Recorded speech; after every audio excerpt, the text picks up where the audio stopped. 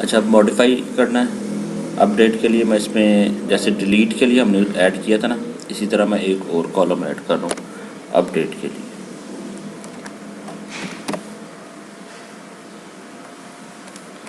Edit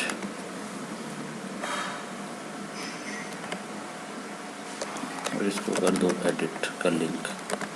इस पर हम लिंक लगा देते हैं जब इस पर क्लिक हो, बल्कि सेम लिंक लगा देते हैं जो यहाँ पे लगाया हुआ है।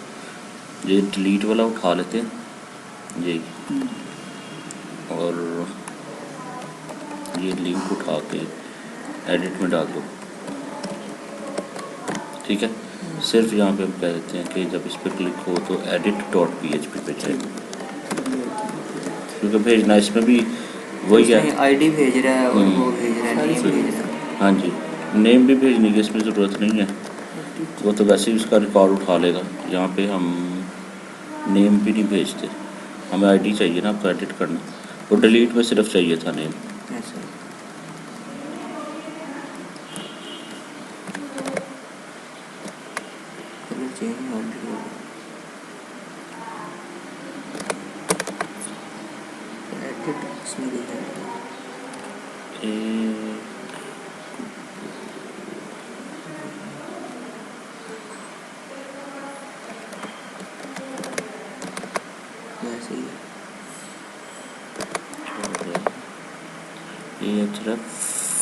प्रोफाइल edit.php में ये भेजे सर, ये रो ही ऊपर वाला रो भी खराब हो रहा है,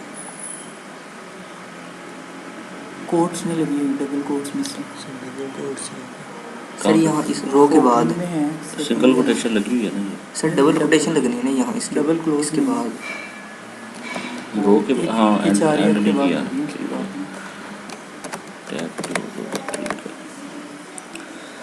ओके, अच्छा अब एडिट आ गया, मैं इस पर क्लिक करता हूँ तो edit.php पे आईडी लेके चला गया, ठीक है। अब मैंने edit.php बनाना है।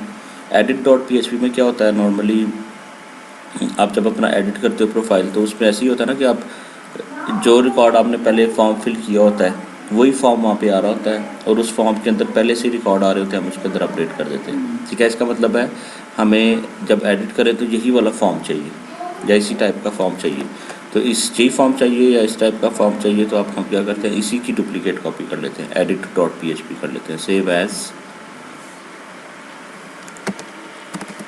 edit.php। इसमें मैं मेंशन कर देता हूँ अपडेट रिकॉर्ड्स, ठीक हो गया। अब इस पे शो रिकॉर्ड में एडिट पे क्लिक करेंगे तो अपडेट रिकॉर्ड वाले पेज पे आ गया, ठीक है। अब हमने पहला काम क्या करना है कि पीछे से जो आईडी आ रहा है उसको पिक करना है, ठीक है।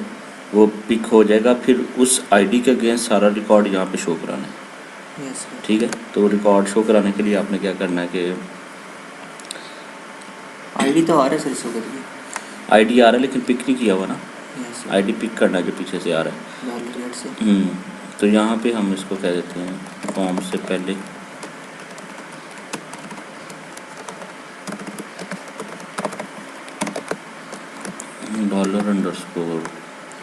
$_get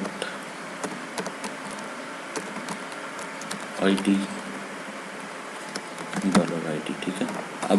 अब ये जो मेरे पास आईडी आ गया है, अब इसके अगेंस्ट जितना भी रिकॉर्ड है 3 के अगेंस्ट वो उठाना है, क्योंकि ये वाला रिकॉर्ड जो इसके अगेंस्ट आ रहा है ये मेरे पास आएगा तो उसके अंदर डिस्प्ले होगा ना। तो इसको उठाने का तरीका क्या है, वही सिलेक्ट की क्यूरी लगेगी, ठीक है ना। MySQL _query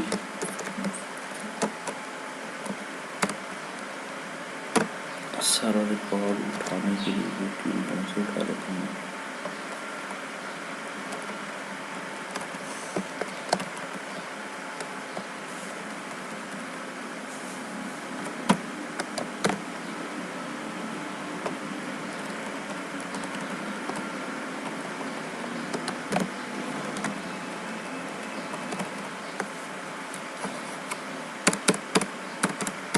तो ये सारे रिकॉर्ड शो करवा रही, 3 वाला नहीं करवा रही आईडी जो जाएगा। हाँ, ये सारा करा रही है। अब इसके हम आगे कंडीशन लगाते हैं,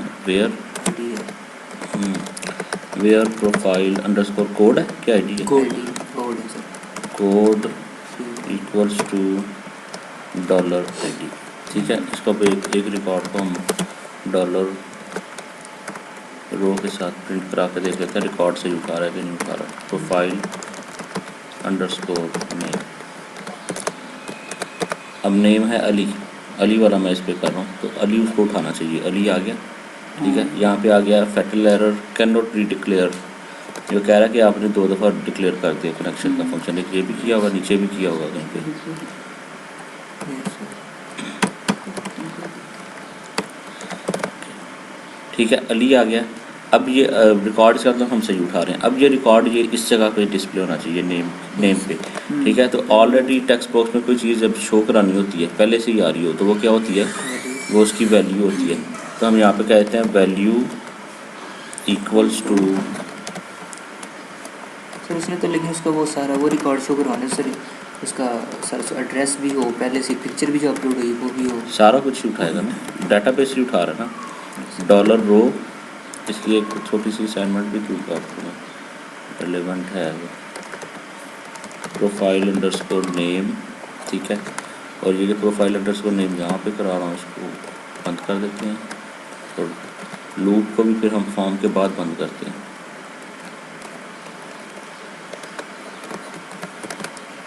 अब शो रिकॉर्ड में जाओ तो अली उस पर आ रहा है। Yes sir. ठीक है, अब अपने अपने टेक्स्ट बॉक्सेस में उनका डाटा डाल देते हैं। जैसे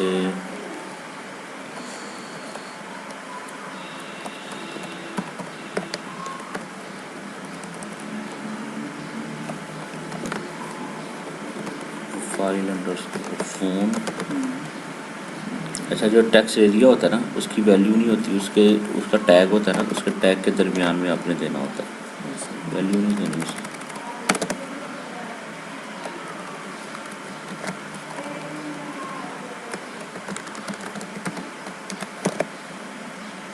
अब जो रिकॉर्ड था वो अपने अपने अप्रोप्रिएट लोकेशन पे वो शो करा रहे सर हमें एक एक फील्ड का रिकॉर्ड ऐड करना पड़ेगा, हैं। एक एक फील्ड का रिकॉर्ड देना पड़ेगा सर। नहीं, बस अब एक दफ़ा दे दिया, अब आप जो भी उठाओगे, अब जैसे ये राशिद वाला उठाना है, एडिट करो तो राशिद का रिकॉर्ड आ रहा है।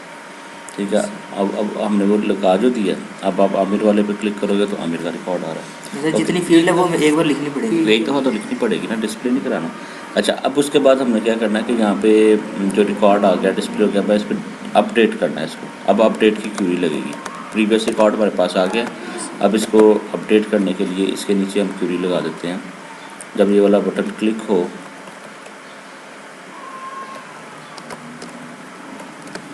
अपडेट, तो यहाँ पे क्यूरी लग जाएगा।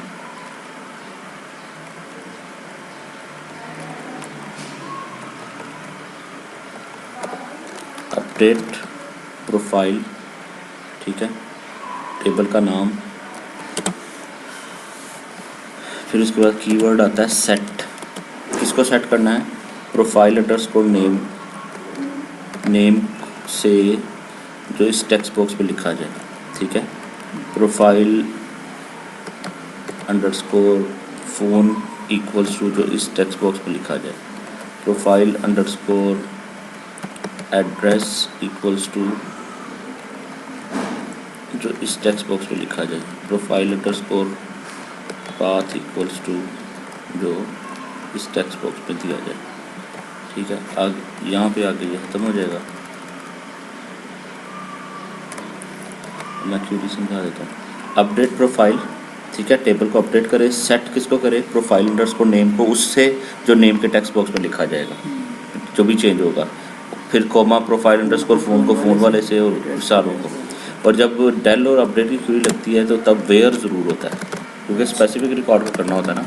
Profile underscore code equals to $ID जो पीछे से आ रहा था उसी के अगेंस्ट चेंज होना चाहिए ना। वन रिकॉर्ड अपडेटेड, ठीक हो गया। अब इसको चेक कर लेते हैं। अब मैंने जिस रिकॉर्ड को अपडेट करना है, ये लास्ट वाला रिकॉर्ड है, इसको अपडेट करना है, तो यहाँ पे जाके मैं कह देता हूँ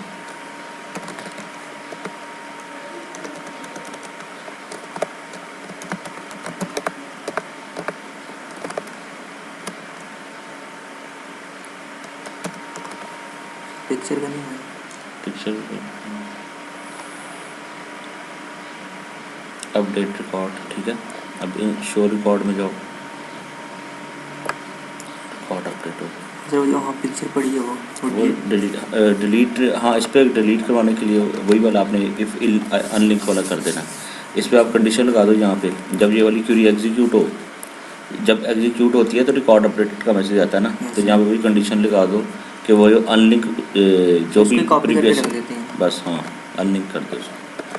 क्लियर हो गया।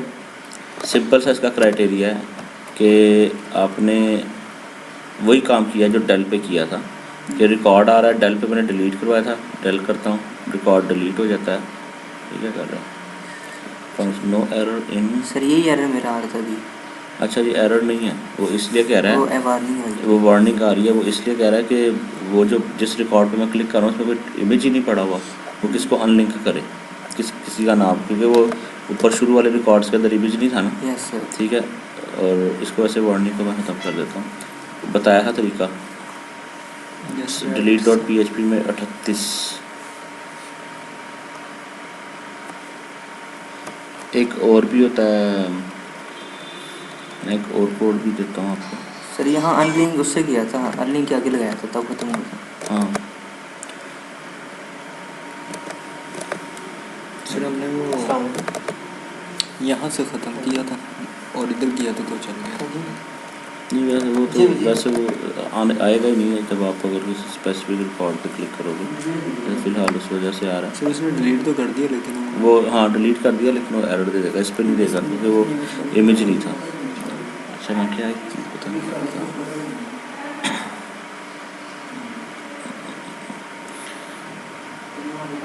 एक और कोड होता है एरर के लिए होता है, मैं चलो देखता हूँ, बता था। ये क्लियर हो गया वैसे। Yes sir. मैंने पिक्चर का भी बता दिया है, चारों क्यूरीज भी हो गई हैं, ठीक है ना। अब इन चारों चीज़ों को यूज़ करते हुए अब आप लोगों ने एक प्रोजेक्ट बनाना है। अगले लेक्चर में मैं प्रोजेक्ट बनाने का तरीका बताऊंगा, CMS बेस्ड कैसे बनता है प्रोजेक्ट, ठीक है। यस अब हम डिस्कस कर लेते हैं कि प्रोजेक्ट क्या बनाना है। क्यूरीज हमारी सारी होगी ना, इसको ऑन रहने दूँ, ऐसे डिस्कस कर लें कि बात चली जाए यस सर कि कर लें। सर कर प्रोजेक्ट के ऊपर अब काम करना है। सही, इसके अंदर अब सब कुछ यूज़ करना है, जावास्क्रिप्ट भी यूज़ करो, HTML भी यूज़ करो।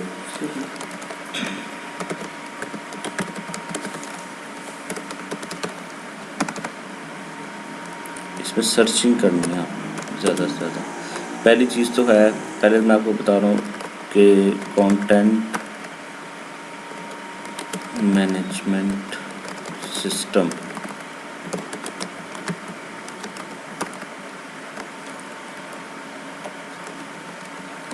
मीन CMS, ठीक है, मीन कंट्रोल पैनल, ठीक हो गया, जिसके थ्रू सारी वेबसाइट में अपडेट या डिलीट होना, एडिट होना है।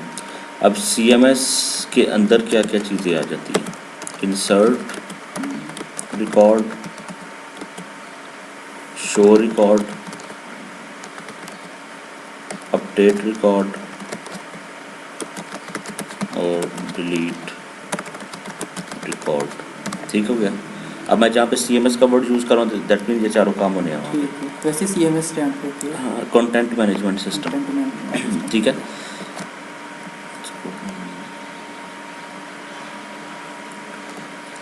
अच्छा, अब एक तो आपका पूरा प्रोजेक्ट CMS बेस्ड होना चाहिए, हर चीज़ से मुराद ये है कि आपने वेबसाइट का लेआउट डिज़ाइन कर लेना है। लेआउट डिज़ाइन करने के बाद उसके अंदर एक पेज जैसे मेरे पास आ रहा है, उसमें मैंने क्या करना है कि आपकी वेबसाइट सामने आ गई है, उस वेबसाइट के अंदर सिर्फ डिज़ाइन है, टेक्स्ट भी नहीं पड़ा हुआ, उसमें लिंक्स भी नहीं है। मैं कंट्रोल पैनल में जाऊंगा, वहाँ से जाके लिंक्स को ऐड करूँगा, ठीक है, ठीक है। लिंक्स जो हैं CMS बेस्ड होने चाहिए, यानी ये चारों चीज़ें उसमें हो रही हों। कंट्रोल पैनल में जाके मैं लिंक ऐड भी कर सकूं, प्रीवियस लिंक को अपडेट भी कर सकूं, डिलीट भी कर सकूं, और वेबसाइट में उसको शो भी करा सकूं। जैसे ही मैं पीछे एक लिंक ऐड करूंगा, वेबसाइट पे जाके देखूंगा तो वो वाला लिंक मुझे नज़र आ रहा हो, दूसरा लिंक ऐड करूं तो वेबसाइट में जाके देखूंगा वो लिंक उसके अंदर आ रहा हो, ठीक हो गया। उसके बाद फिर जो लिंक्स होगी, लिंक्स के अंडर डिटेल एज पर लिंक्स, ठीक है ना, ये भी CMS बेस्ड। यानी मैं जब लिंक डाल दिया, अब लेट से मैंने डाला सर्विसेज का लिंक, ठीक है, अब मैं सर्विसेज के लिंक पे क्लिक करके उसकी डिटेल ओपन करवाना चाह रहा हूँ, तो अभी मैंने लिंक अभी डाला है तो डिटेल भी तो खुद डालनी पड़ेगी ना। फिर कंट्रोल पैनल में डिटेल का पोर्शन बनाया होगा, उसके अंदर रिकॉर्ड CMS बेस्ड इंसर्ट भी हो रहा हो, अपडेट भी हो रहा हो, डिलीट भी हो रहा हो, और फिर हमने क्या करना है, उस लिंक के अगेंस्ट जिस लिंक पे क्लिक करूँ, जो उसका मैंने डाटा डाला वही उसके अंदर शो हो, जो भी उसका टेक्स्ट है, टेक्स्ट की फॉर्मेटिंग प्रॉपर तरीके से हुई हो, ठीक है। फिर तीसरी चीज़ है बैनर एज पर लिंक्स, CMS बेस्ड। एक बैनर होगा हर पेज पे या हर लिंक का बैनर होगा। अगर मैं प्रोडक्ट पे क्लिक करूँ तो बैनर वाली जगह पे प्रोडक्ट वाला इमेज आ जाए, बैनर आ जाए, ठीक है। अगर आप सर्विसेज पे क्लिक करें तो सर्विसेज वाला बैनर आ जाए, ठीक हो गया। वो भी ऐसे ही होगा जैसे डिटेल वाला काम हो रहा है कि दैट मीन्स कि मुझे बैनर भी अगर डालना है तो पीछे सारा हमें CMS बैनर, बेस्ड पहले बैनर वाला पेज है और फिर वो बैनर है। हैं। सर मतलब जिस नहीं, बैनर आपकी जिस पेज वेबसाइट पे का लेआउट है, उसमें बैनर की जगह बनी हुई है, आप जब क्लिक करोगे तो बैनर खुद ही वो शो हो जाएगा, ठीक है। अच्छा, बैनर भी CMS बेस्ड हो जाएगा। उसके बाद फिर आपने एक पोर्शन लाजमी बनाना है, गैलरी, इमेज गैलरी, ठीक है। इमेज गैलरी के अंदर ये भी CMS बेस्ड होगी, चारों चीज़ें इसके अंदर होंगी, plus category wise. Category wise से मुराद ये है कि मैं चाह रहा हूँ कि मेरी बहुत ज़्यादा इमेजेस हैं मेरे पास कैटेगरीज बहुत हैं। लाइक हमारी कंपनी ऐसी है जिसके अंदर स्पोर्ट्स की इमेजेस अलग हैं, फेस्टिवल की इमेजेस अलग हैं, किसी पार्टी की इमेजेस अलग हैं, ठीक है ना। तो मैं क्या करूँ कि कंट्रोल पैनल में जाके पहले कैटेगरी डिफ़ाइन करूँ कि मैंने स्पोर्ट्स की इमेज बनानी है, तो कैटेगरी डिफ़ाइन करूँ तो मेरी वेबसाइट में वो कैटेगरी आ जाए, जैसे लिंक डिफ़ाइन करते थे वो लिंक आ जाता था। अब फिर मैंने जो कैटेगरी से बनाई है उस कैटेगरी के अगेंस्ट मैंने इमेजेस डालने हैं, तो CMS से जाके वो वाले इमेजेस डालूँ, तो जिस कैटेगरी के अगेंस्ट डाल रहा हूँ उसी कैटेगरी के अंदर वो शो होने चाहिए, ठीक है।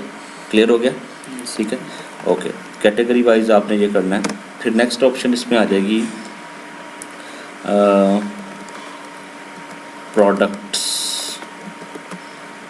प्रोडक्ट्स वाले पोर्शन में हमें थोड़ा सा काम ज़रा ज़्यादा करना है, ये भी CMS बेस्ड है।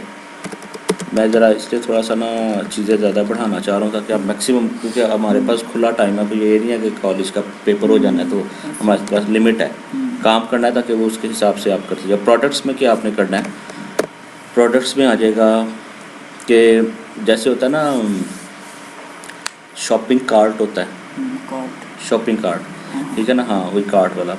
उसमें क्या होगा कि प्रोडक्ट डालिए एक, ठीक है, उस प्रोडक्ट की सब प्रोडक्ट्स डाली, ठीक है, और सब प्रोडक्ट्स विद डिटेल।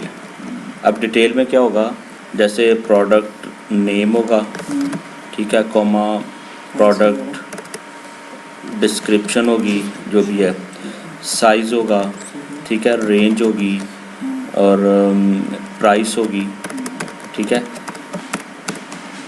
क्वांटिटी होगी, ठीक है, और इसके अलावा 2-4 चीज़ें और डाल लेना, ठीक है। और जब ये सारा कुछ हो इसमें आ जाएगा, अब यूज़र क्या करता है कि इसके एक पहले एक इमेज आएगा, एक प्रोडक्ट आ रही है, उसकी लिंक आ रहा होगा, ये सारा CMS बेस्ड है ये, ठीक है ना। जिस लिंक पे क्लिक करेगा उसकी सब प्रोडक्ट्स एक 50 प्रोडक्ट्स हैं, सारों की इमेज आ जाएंगे। अब उस इमेज पे क्लिक करेंगे तो उनकी डिस्क्रिप्शन आ जाएगी, और डिस्क्रिप्शन के आगे एक आइकन होगा या एक चेक बॉक्स होगा कि उसको चेक करें कि मैंने इसको कार्ट के अंदर भेज देना है, कार्ट के अंदर, ठीक है। तो वो जो भी आपकी प्रोडक्ट है वो उस कार्ट में ऐड हो जाएगी, ठीक है। फिर आपने किसी और प्रोडक्ट में डालते हैं, उसमें से 2-3 प्रोडक्ट कार्ट में डालें तो कार्ट में ऐड होती जाएगी, और उनकी जो भी प्राइस है उसके मुताबिक वो जमा होके टोटल प्राइस बता देगा। क्वांटिटी आपने जितनी बतानी है क्वांटिटी बतानी होगी। आप क्वांटिटी अगर सेंड कर देते हैं तो यानी कि वो आपके पास लिस्ट आ गई।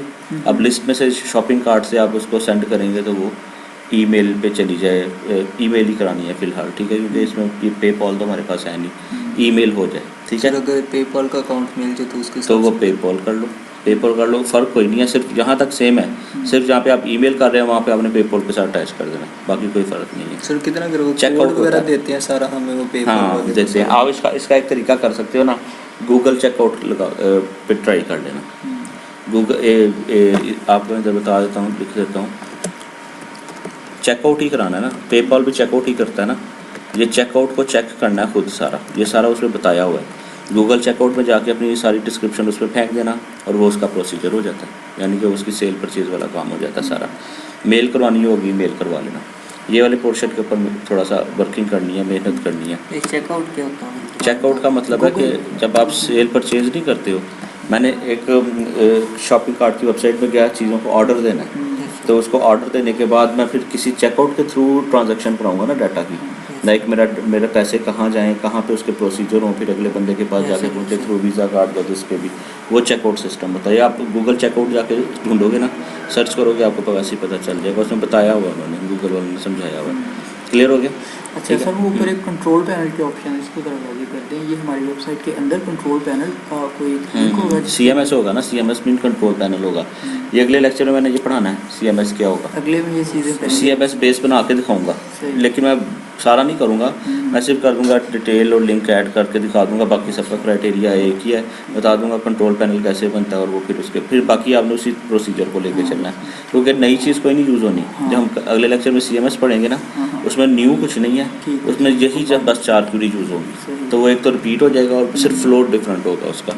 अच्छा, इतना काम करने के बाद और सर ये जो कार्ट अगर हमने खुद ही बनाना हो, जैसे आप कह रहे चेकआउट वाला सिस्टम, ये भी वेबसाइट ही होती है ना एक? वेबसाइट ही होती है, सर इस वेबसाइट को भी अगर खुद बनाना हो, से खुद ही बनाएंगे। सर आप कह रहे हैं ना जैसे गूगल से चेकआउट करते हैं, वो तो वो एक पूरा वो प्रोसेस भी अगर वो एक वेबसाइट ही है, वो भी अगर तो वो चेकआउट होगा, वो सही है चेकआउट, वो ये नहीं, मैं सिर्फ चेकिंग के लिए नहीं कह रहा, वो सही चेकआउट है, यूज़ करते हैं सारे, एक्चुअल है, ठीक है ना। और क्या था, अच्छा इसके अलावा फिर जब आपका जो कंट्रोल, फिर इसमें लॉगिन सिस्टम आपने बनाना है।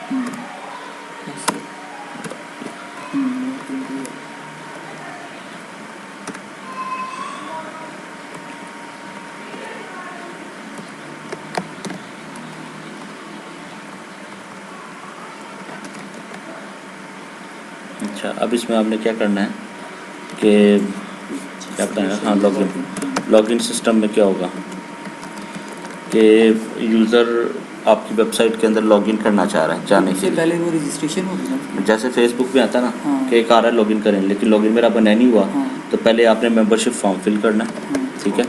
मेंबरशिप फॉर्म, ये भी मैंने भी सेशन पढ़ाना है, ठीक है। मेंबरशिप फॉर्म फिल करेगा, देन लॉगिन, जो भी मेंबर बना उसके हिसाब से लॉगिन हो जाएगा और लॉगआउट वगैरह सिस्टम बन जाएगा, ठीक है ना। ये हमने इसमें करवाने के बाद आपने जो कंट्रोल पैनल बनाओगे ना, कंट्रोल पैनल, इसके अंदर आपने लगाना है, यानी कि CMS के अंदर टाइनी MCE। ये भी मैंने आपको कुछ अगर कंट्रोल पैनल दिखाए हो क्लाइंट्स को, उसके अंदर मैंने एक बर्ड का वो लगाया हुआ है, बर्ड की, उसको बोलते हैं टाइनी MCE, ठीक है ना। वो लगाना है आपने उसमें, वो मैं अभी दोबारा भी दिखा दूंगा जब नेक्स्ट लेक्चर में पढ़ाऊँगा। इतना काम कर लोगे, ये कंप्लीट एक वेबसाइट है कंट्रोल पैनल बेस। इसमें कुछ और रह तो नहीं गया, इस पर आपकी ज़रा प्रैक्टिस करा दी जाए। इसमें वो भी डाल देना ना, न्यूज़ पोर्शन भी डाल देना एक, ठीक है। न्यूज़ एज पर लिंक नहीं होता, न्यूज़ ओवरऑल होता है, ठीक है ना। Overall CMS based news change करना चाह रहे हैं, और बस मेरे ख्याल में काफ़ी है। अभी कुछ मेरे ज़हन में आ जाएगा तो मैं वो भी बता दूंगा, ताकि मैक्सिमम हम काम कर सकें। ये फ्लैश के हेडर्स वगैरह जो एनिमेटेड लगाने इसके अंदर, वो आप पूरा सर्च करो नेट से सारे, वो आपने बैनर वगैरह, वही तो बताया, बैनर आपने काम करना है, बैनर अच्छे से सिलेक्ट करो, डिज़ाइन अच्छा सा करो।